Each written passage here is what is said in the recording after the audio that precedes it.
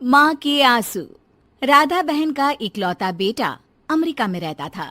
एक दिन राधा बहन का किराएदार कहता है, अरे माँ जी अकेली बैठी रहती हैं, बेटे के पास क्यों नहीं चली जाती? अरे कैसे चली जाऊं, नई नई शादी हुई है, अभी तो थोड़ा बहू के साथ समय बिताएगा, तभी तो दोनों के बीच समझ बढ़ेगी ना। अरे कैसी बात कर रही हैं माँ जी, समझ बढ़ाने के लिए 5 साल काफी होते हैं।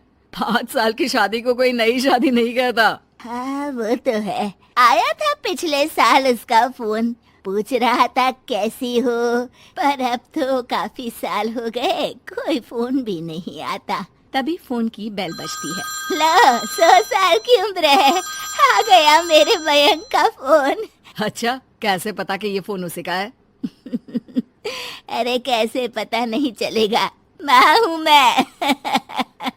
अरे रहने दो माँ जी, 1 साल से जिसका फोन नहीं आएगा वो अब क्या करेगा? होता भी वही है, फोन पर मयंक है। कैसी हो माँ? अरे बेटा तेरी आवाज सुन ली, अब तो मौत भी क्यों ना आ जाए, बहुत याद आती है बेटा। माँ मैं वो ऑफिस में था। अच्छा माँ, वो रीना बोल रही थी कि तुम अकेली रहती हो इंडिया में, वो ठीक नहीं है। अब बुजुर्ग भी तो हो रही हो, अकेले पकाना खिलाना, वो चाह रही है कि अब तुम यहीं आ जाओ, हम लोग साथ रहते हैं ना। राधा बहन की आंख से पानी गिरने लगता है, वो कुछ नहीं बोल पाती।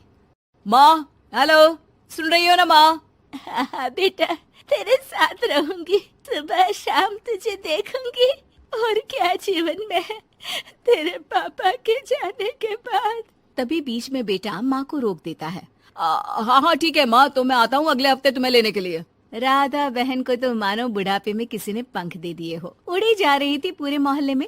अरे वो मयंक आ रहा है, अब तो अमेरिका जा रही हूँ मैं, वहीं रहूंगी। अच्छा है मौसी, आपका जीवन देखकर तो मुझे भी रोना आ जाता था। कोई बात नहीं मौसी, देर से ही सही सब अच्छा होने वाला है अब। राधा बहन दौड़ दौड़ कर सामान ला रही थी। अरे इतना सामान तो 2 साल में भी कभी नहीं खरीदा जो 2 दिन में लिए जा रही हो मौसी। अरे बेटा आ रहा है ना अमेरिका से।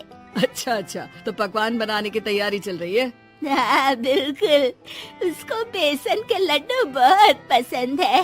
रात भर भूनना तलना ये सब प्रोग्राम चलता रहता है राधा बहन के घर में। और फिर वो दिन भी आ जाता है जब बेटा घर आता है। कौन? माँ मैं मयंक, ये घर का क्या हाल बना रखा है, न सफाई न धुलाई, कैसा लग रहा है ये घर? घर तो ऐसा ही था बेटा हमेशा से, बस तू थोड़ा कमजोर लग रहा है। क्या हुआ बेटा? ये कमजोर नहीं फिट होता है माँ। वैसे और बता क्या हाल है तेरे? बेटे के मुंह से हाल पूछने का अंदाज भले ही फॉर्मेलिटी वाला हो, लेकिन राधा बहन की आंख फिर भर आती है। अरे यार ये तुम्हारी हर बात पर रोने की आदत न जाने कब जाकर खत्म होगी। सही कहती है रीना तुम्हारे लिए। रीना बहू क्या कहती है मेरे लिए? यही के बस यही एक आदत है तुम्हारी माँ की, इमोशनल ब्लैकमेल। अरे यार अब इसमें रोने की क्या बात है? ना कुछ नहीं, बहुत दिन बाद तो घर आया ना तो क्या रोएगी? हाँ क्यों? अच्छा ये ले, तेरे लिए रात भर बैठकर ये बेसन के लड्डू बनाए हैं, और ये अचार तुझे बहुत पसंद है ना? पसंद है नहीं माँ, पसंद थे। अब तो फिटनेस के लिए ये सारी फालतू चीजें मैं खाता भी नहीं हूँ। ये फालतू चीजें खाकर ही तो तू बड़ा हुआ है बेटा। अब रहने दे माँ, क्या क्या खिलाकर बड़ा किया है, मुंह मत खुलवा। कौन देशी घी में शक्कर डालकर पराठे के साथ खाता है? वो तो तुझे पसंद थे ना बेटा, तभी तो बनाती थी, नहीं बनाती थी तो रोता था तू। अरे तो रोने देती ना माँ, अब सारी समस्या उसी खाने से है शरीर में। वो तो भला हो रीना का जो हेल्दी डाइट देकर सब मेंटेन कर रही है। राधा बहन बेटे की आने की खुशी में इतनी दीवानी थी कि उसे बेटे के बात का अंदाज और लहजा समझ में नहीं आ रहा था। अच्छा रुक, पालक वाली दाल बना देती हूँ। रहने दे माँ, मैं होटल से ऑर्डर कर देता हूँ। इतने साल बाद होटल का खाना, माँ के खाने की याद नहीं आती थी।